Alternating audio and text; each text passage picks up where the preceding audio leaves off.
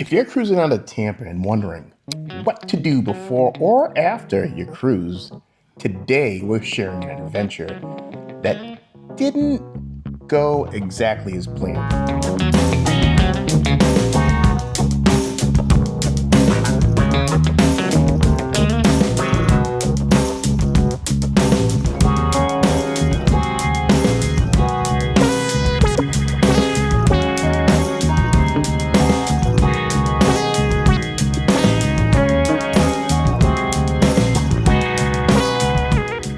Saturday was a weekend watching our grandkids turn into their very first airplane ride, a hotel we couldn't leave fast enough, Busch Gardens, and the Florida Aquarium.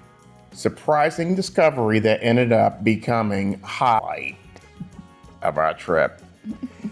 And if you're planning a cruise out of Tampa Bay, Florida, what we learned could save you from making the same mistake we made.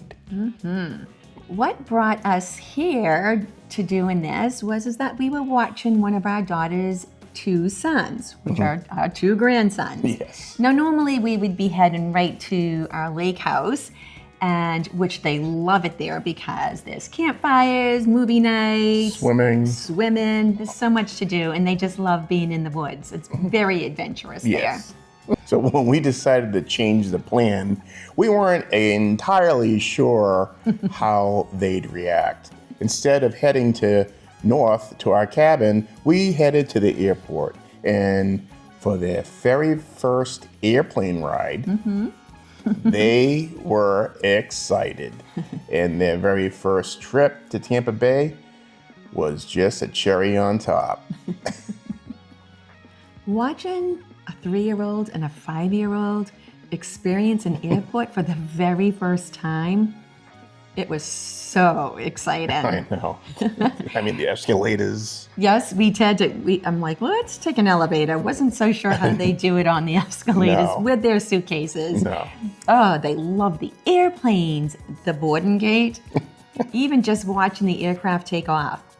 And once we got on board, they couldn't stop looking out the window. I mean, man, remember that when you were a kid? I know. Seeing the clouds, watching the ground just disappear beneath us. It reminded us of how exciting travel can be through a child's eye. It certainly does. Sometimes as adults, we forget how magical the experience is until we can see it through a child's eyes. Very exciting. It really was. We arrived late in Tampa that evening. Since Busch Gardens was our primary destination, I booked a package at a hotel located right next to the park. On paper, it seemed perfect. Close to the attraction, convenient, and affordable. But almost immediately, something felt off. We had to be buzzed in to the hotel. Wow. There was a security on site, and the surrounding area didn't feel very welcoming. Well, we were pretty late, and I was like after midnight. It was late. Yeah. So we were tired, and we looked past that and couldn't wait to get up to the hotel room. I mean, I understand security in a hotel. Yeah, you need security definitely because you get all types of life, going to a hotel. But this one felt a little. It's definitely different. Yeah, being buzzed in was a little odd, but you'll see. So when we get up to the room, it was a real strong, musty smell. I mean, you smelled it, right? Yes, I did. But after traveling all day, we were exhausted, so we just went to bed. I mean, the room relatively, it was clean enough, but it was really stinky. It really was. But we were so tired, we just went right to bed. And fortunately, had a pretty good night's sleep. The next morning, I took the boys downstairs for some breakfast.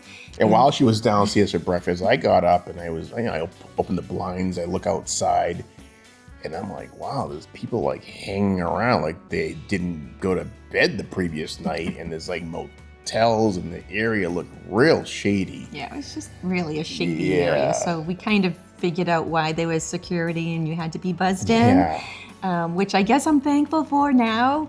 So the area around Busch Gardens, I wouldn't recommend staying there. It's, unless it's budget friendly, but And it was clean. The room was, I will say, clean. even though it had a musty smell, given the fact that I think because of like a hurricane or something, it maybe Possibly, I don't know. yeah. But anyways, the room was clean, so it wasn't totally gross. When I came back upstairs, he looked at me and he said, "We're leaving." And honestly, I was relieved. What surprised us the most with this trip wasn't even the hotel. It wasn't Busch Gardens. It wasn't even the Florida Aquarium. In fact, the thing our grandsons ended up loving the most was something we never expected. We'll tell you that one a little later. We booked a hotel at the Westin Tampa Bay, and let me tell you, what a difference. It certainly was. The moment we arrived, we felt relaxed. The property sits on Tampa Bay. There's a small private beach area, beautiful outdoor seating, a full-service restaurant, and amazing views across the water. I mean, for cruise passengers, this location is honestly hard to beat. I mean, the hotel is only 5 minutes away from Tampa Bay International Airport, 15 minutes away from the cruise port, and it's just perfect because you don't have to go to Clearwater. I mean, they have the beaches in Clearwater, and that's a little further away. I mean, you could do that too, but this was like really convenient. And the bay was great, especially with the grandkids, because there's no waves. You know, being in the bay was perfect. So we didn't have to worry about waves, you know, or tides, you know, taking them out. So that was very stress-free for us. Easy to watch them.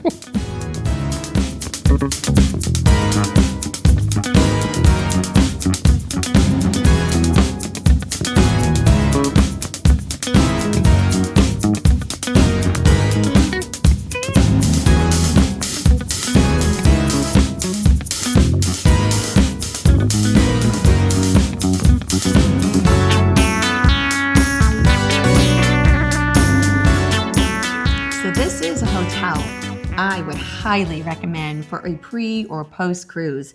It was very convenient once again. It was under renovations. However, a lot of the stuff was done when we got there, and it was beautiful. I mean, they were getting ready to open that pool up like the following week. You know, I haven't even mentioned the pool yet, but they were renovating their whole pool area, which looks like it was amazing. Yeah. So I'm pretty sure it's open now. But again, I would highly recommend. The lobby area is beautiful. They had a nice lounge here. They had live music at night. It was really nice. They had their own restaurant on site, so that was really nice too. I mean, I would definitely just go back just to spend a quick week. I mean, it's convenient. It's 5 minutes away from the airport. I mean, you can't beat that. It's really nice. You know?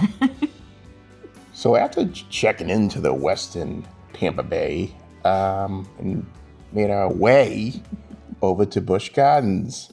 Now remember, our grandsons are only 3 and 5 years old. I'm not sure if we mentioned that before. Well, so this was not a roller coaster trip. Most of our day was spent in the Sesame Street safari fun. And for kids their age, that's exactly where you would want to be. Yeah, and they have a splash pad there, so if you're bringing the kids there, make sure you bring a change of clothes. Yes, because we did not, but they dried off quickly. Oh, it was hot out. They were definitely spent probably about an hour and a half to 2 hours on that splash pad, so that was a plus. Yeah, it's a great place to take them. One of our favorite experiences, though, was Serengeti Express train through the animal preserve. Seeing giraffes, antelope, zebras, and other wildlife roaming freely was something I think we all pretty much enjoyed.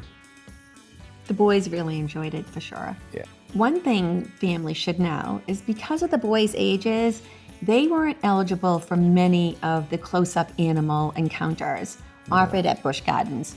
That's something worth researching before you visit. Or just watch our video. We did all the research for you and lived it. Just check the ages though, because I don't remember quite the ages. Overall, we thought Busch Gardens was a good option for younger children. But it's important to understand, that a lot of the park is geared toward older kids with, like thrill seekers. But for families with toddlers, preschool age children, the Sesame Street area was really the star of the show. It really was. I mean, my personal opinion, when they're 3 and 5 years old, because, when our kids were younger in that age, we took them to Disney World, and they were... It was a lot for them. Yeah, they were definitely afraid of the characters and everything. I mean... Could just be our kids. Yeah, I'm sure it's our kids. Trust us. Just kidding. They were... yeah, I'm not kidding. I mean, they were definitely afraid of the characters and the amount of money you spend at Disney. Just taking the Busch Gardens, for their first trip. Yeah, it was definitely Go really to Disney nice. when they're like 10 or 12 years old. That's our recommendation. Yeah. Spend the money there, or Universal, or whatever. Go to Harry Potter World. After a long, busy day playing at Busch Gardens with the boys, we finally get back to the hotel where we washed up, and it was dinner time, and we were able just to walk right next door to a restaurant called the Bahama Breeze. I mean, the atmosphere was fantastic. I mean, good food, live entertainment, beautiful setting, and enough energy to just keep these boys entertained while we relaxed. It was one of those evenings where everyone was happy, the boys were having fun, the music was great, and for a little while, we forgot all about the hotel disaster that started this trip. Yeah, I forgot about it like when we first checked. As soon as we went, to be forgot. honest, Yeah. It was just once you walked into the new hotel, it was a breath of fresh air. It sure was. Not musty air. So after a great dinner, we went to bed and had a good night's sleep. And the next morning, the boys were so excited. Grandma, Grandma! They wanted to go down to the beach area. So we woke up Grandpa and we got ready and went right down to that beach area. We were pretty much the only ones there. Again, it's a small private area. It was really a lot of fun for them. Like I said earlier, less stress for us, no waves. So while we're down at the beach, I said to Kim, I'm like, do you want to go to the Florida Aquarium? It's right down near the cruise port, because we were gonna go to the cruise port anyway, because this was the whole trip. Mm-hmm. Scouting the area around Tampa Bay to embark on a cruise out of there. So we headed down to the Florida Aquarium, located right in the heart of Tampa Bay's cruise port district. And honestly, this area really did impress us. There were hotels, restaurants, waterfront walkways, public gathering spaces, and lots to do before embarkation or disembarkation. Mm-hmm. Yeah. Just a really cool place, to be honest with you. It really was. And the hotels down there are really nice. Everything's walkable to the cruise port. It was just a beautiful place. Yeah, it was really nice. I would definitely because I don't think we never took a cruise out of Tampa. Through all the years of cruising, we never took one out of there. But if we do, I would. Yeah, we definitely would. I know where to stay. Convenience. We even spotted Royal Caribbean's Enchantment of the Seas docked right at the terminal, and standing there watching her in port brought back a lot of memories.